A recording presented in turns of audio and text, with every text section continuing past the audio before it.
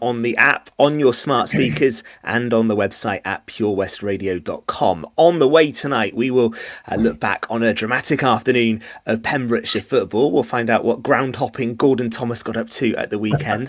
There are plenty of topsy-turvy matches and loads of goals.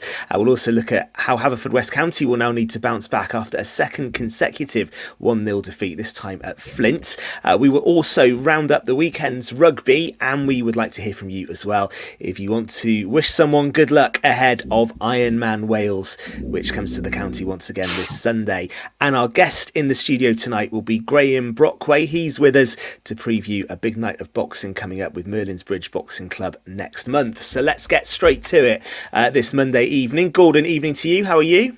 I'm very good, Ben. Had a nice weekend, thank you. Excellent stuff. We're going to get to the football in a bit, so we'll get your ground hopping details in soon.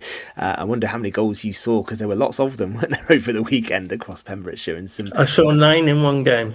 Excellent. Yeah, Clarbeston Road bouncing back, didn't they, in their match? So that's the game I was watching. And you saw all 9 goals, Gord, yeah? No, not quite. No, I was gonna... 9 goals there. You'll still write a match report about every single one of them, though. Fraser, how are you? Yeah, not too bad, Ben. Good weekend in Fire Gardens Friday, actually, for the cricket. And then... the frustration yesterday was intending to go into the Swansea 10K. I actually missed application, so I emailed them with the old "Do you know who I am?" line, and it seems they didn't. So I missed that one that year. I'm sorry too, because it's one of my favourite events. Okay. Next year then, Fraser. Yeah. Well, it's been a lovely day in Pembrokeshire today, and it's good to have Graham Brockway with us on the show. And it's been a while as well, Graham. So good to have you back with us. How are you? Very well, thank you. Excellent stuff. Well, let's get straight to it, shall we? Because we're going to talk to you about a big event that's coming up on the 5th of October, as it says on the screen for people who are watching. So tell us all about this, because you've got a reputation for putting on these great events. What can people expect with this one? Well, this year, every year we try to up the class every time, because obviously we put a good standard of show on. It's very hard to up it every year, but I believe every year we just about crack it every year. This year now we've got 16 bouts on of 16 local fighters fighting on the rest, taking on the rest of Wales. And we did have a Scottish team come down. Unfortunately, that's not worked out. So we're now taking on, all the clubs from Wales, and the whole show is matched. Everything's gone well. So we're looking forward to a very good night's entertainment.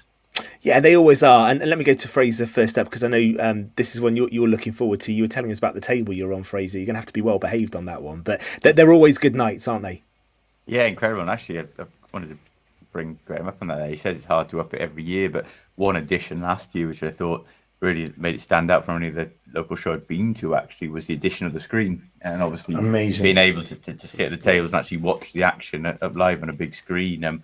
Whose idea was it to implement that, and how did you? Because it's not an easy thing to do. Well, the guys come to see us, and they said about it, and we said, yeah, let's do it. Because what I want to do is I want to give my fighters their 15 minutes of fame. I want them to stand at the corner, I want to stand at the end there, walk down, see themselves up there, lights flashing, just to give them that little bit of extra. And every fight that comes down feels that way, and it's just a great start of the fight for them. Gets everything, it's everybody going. And I say, with the TV screens last year, it just absolutely blew everybody apart last year. I think I always wonder, you talk about the 50 minutes of fame there. How do you handle the people on that show in particular from the club who are either first-time fighters or maybe inexperienced and have only fought at venues? Because you know what these regular meetings are like. There is certain clubs on Friday nights, and the venue's a lot smaller and the crowd's a lot bigger. And yet, as much as you can train people up to their blue in the face for the fight, nothing can really prepare them for that. There's the din, the noise, the atmosphere, the big screen. How do you almost manage their levels of focus and perhaps anxiety as well, or even excitement when you're going into that situation? It's easy to forget the basics when you're in that scenario, isn't it? Oh, it is. But the thing is that they all train, all the guys who fought last year, the year before, they're still there waiting to fight again. And all the new guys want to fight this year. Everybody talks about it. Everybody gets the adrenaline flow about it. They can't wait for it. And they just, when they get there, they get that excitement, they get that adrenaline. And I say, whether it's your first fight or your 41st fight, that adrenaline is standing there when you're looking out, everybody shouting your name, and your song goes on. They walk down there, everybody's adrenaline flows. And it's great for them. It really is.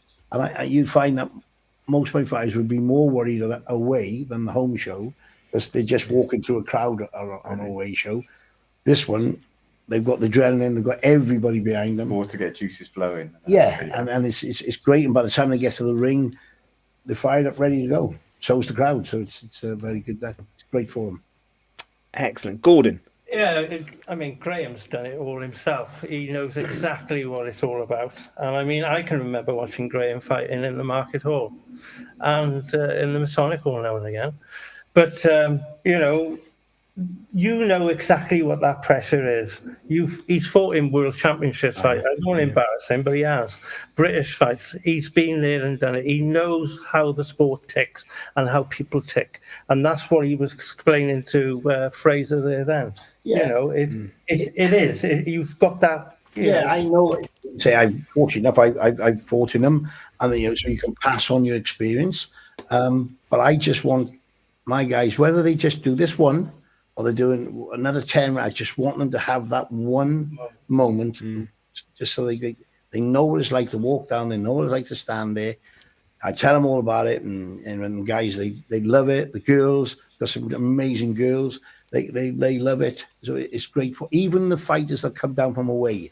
Say to me, "We never fought on a show like this. Can we fight on your show? Can you get us on your show?" So it really does go down well. I mean, we go back a long way, Greg, because we're that old. But I mean, the dinner of years ago, the old black ties, and all, I can remember my father going to the events and gloving boys up as well. And, there was a meal before it, and then the boys would box. You'd have, really quality boxers there. People like Colin Jones, I remember him boxing there as a kid, and his brothers.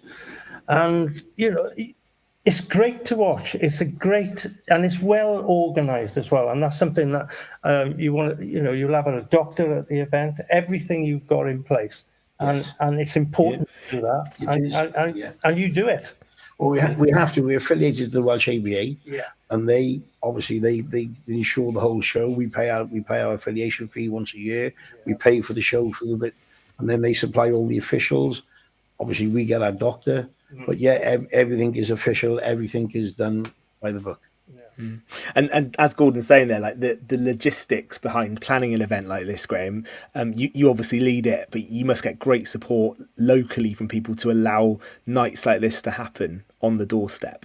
Absolutely amazing. This year, I mean, I've got some great coaches with me who really took over a lot of it this year. The very first show I ever done up there many years ago, I'd done on my own. And it was absolutely, it was a great night. It was good. But I put the chairs up on my own. I took the tables down on my own. My wife helped me later on at night. I went back 5 o'clock in the morning to clean it all up. And, because there was only me then years ago. Well, now I have so many great trainers who come in with me and take that pressure off me, which is great. And the local people, every year we seem to just, like, advertising is great up there because we run the screens and everything that. But the support we get and the sponsorship we get, people, they've been amazing this year. Absolutely amazing for us. And we'll talk about how people can get tickets in just a second. And Fraser and Gordon come in here as well, because I think Graham touches on that there, how local people support Merlins British Boxing Club. And Gordon, it's good to hear you reminiscing a bit about it as well, because it's got a reputation in the county, hasn't it, that people want to support it. What do you think it is about the heritage of the boxing club and why Pembrokeshire always embraces this sort of night so much? You should answer that, or do you want me to answer it? Well, I'll go back to my father's day with, Eddie Davis, who was coach prior to Graham taking over from him. I mean, Eddie used to come to my house regular on a Saturday night, and they'd be my dad and him chatting about boxing, the events, who's coming through. It was constant. And they've always had that down there. I mean, Graham's a Pembroke Dock boy. He's had it down there as well. Who was the coach? Roy Witts. It's a big circle in Pembrokeshire that enjoy their boxing. It's great, and Graham has carried that tradition on and made it even better than what it. They didn't have as much money and equipment and the facilities back then. I mean, it was only a shed back in the day. And what I want to do down here, I want to bring it on because as they say, because we're down in Pembrokeshire, we're way behind. We're not way behind. I never believed in where you train is how you train, and I believe And the facilities that we've got there, say all the money we make, every bit of it we make, we put into the club, so that we make better facilities for training. The gym's bigger, it's much better. Years ago, we used to put the ring up, take it down. Now we got a full-size ring in there. We got bags that hang up all the time now. We have to lift them up, take them down. It just wasn't big enough. And it's just grown and grown and grown. And the support we get is amazing. And say the boxing environment, they love it.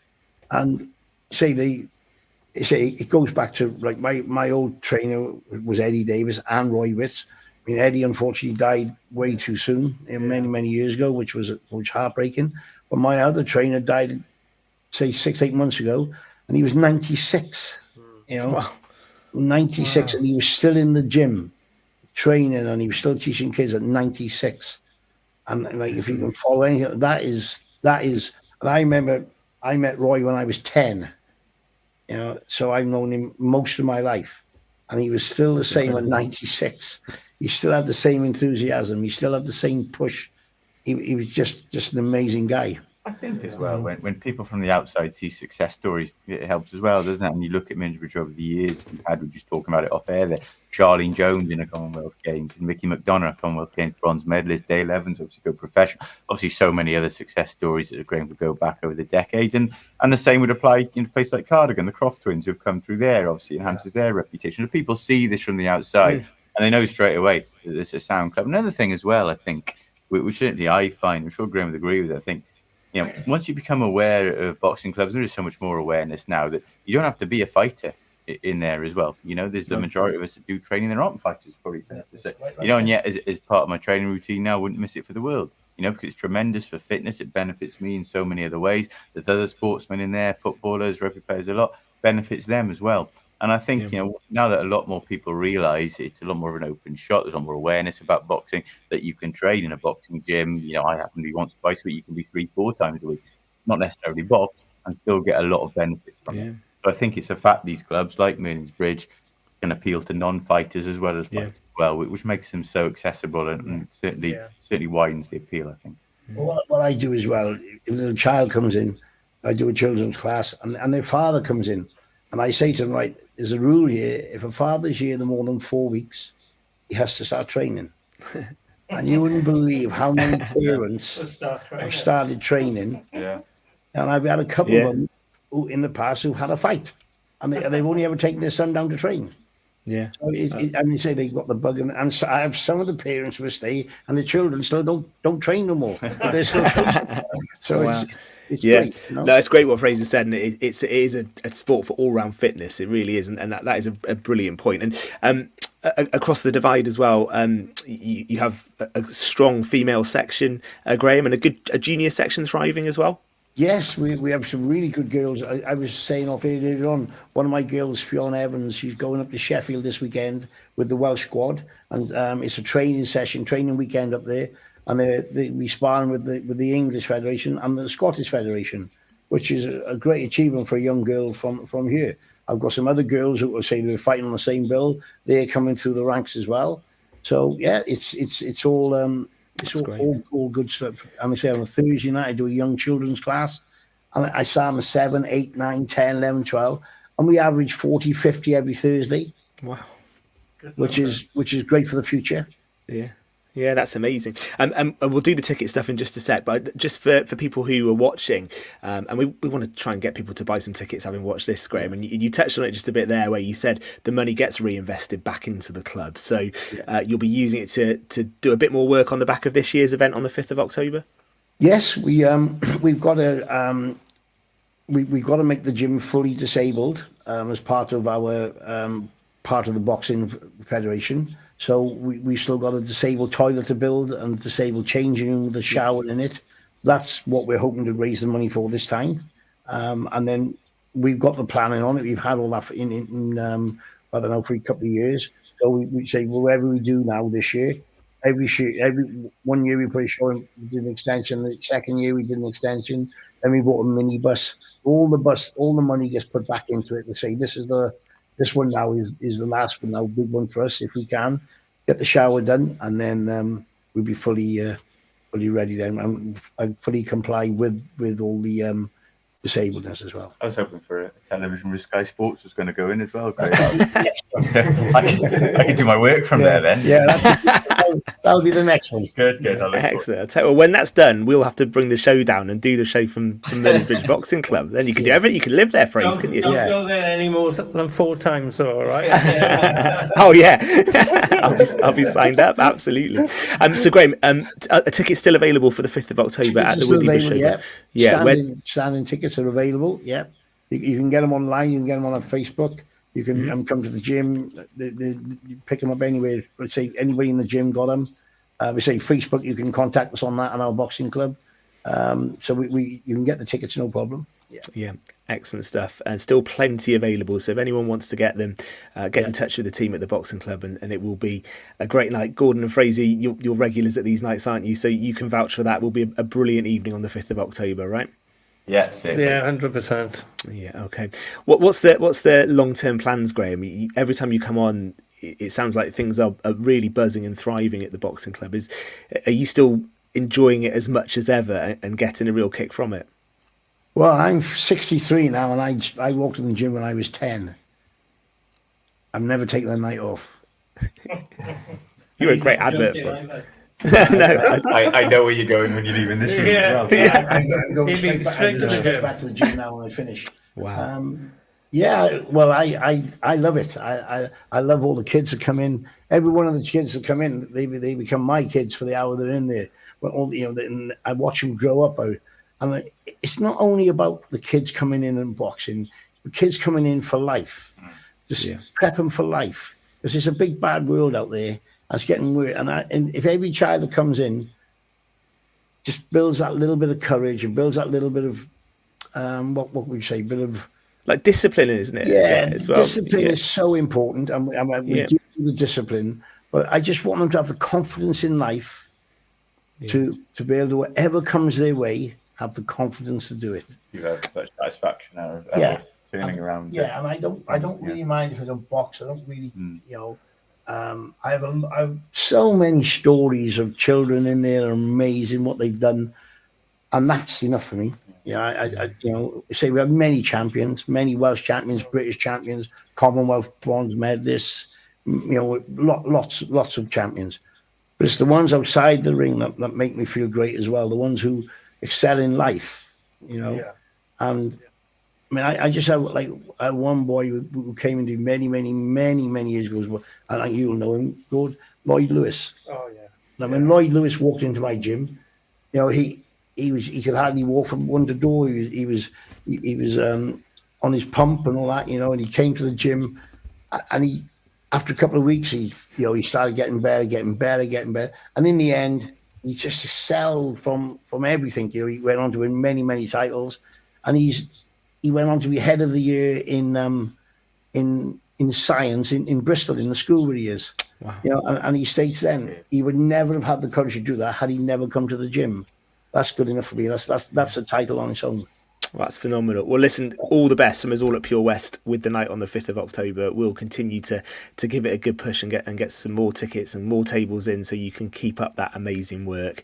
Merlins Bridge Boxing Club is a big part of the Pembrokeshire sporting scene. There's no doubt about that. And you are the life and soul of it. So keep up that good work, Graham. Thank you for being with us on Pure West this evening. You are always welcome. We will speak again. Details, of course, on the Facebook page, how you get those tickets. We're going to come back for part 2 of tonight's Pure West Sports Show in just a few moments this Monday evening. Eaton-Evans and Morris Solicitors have tradition.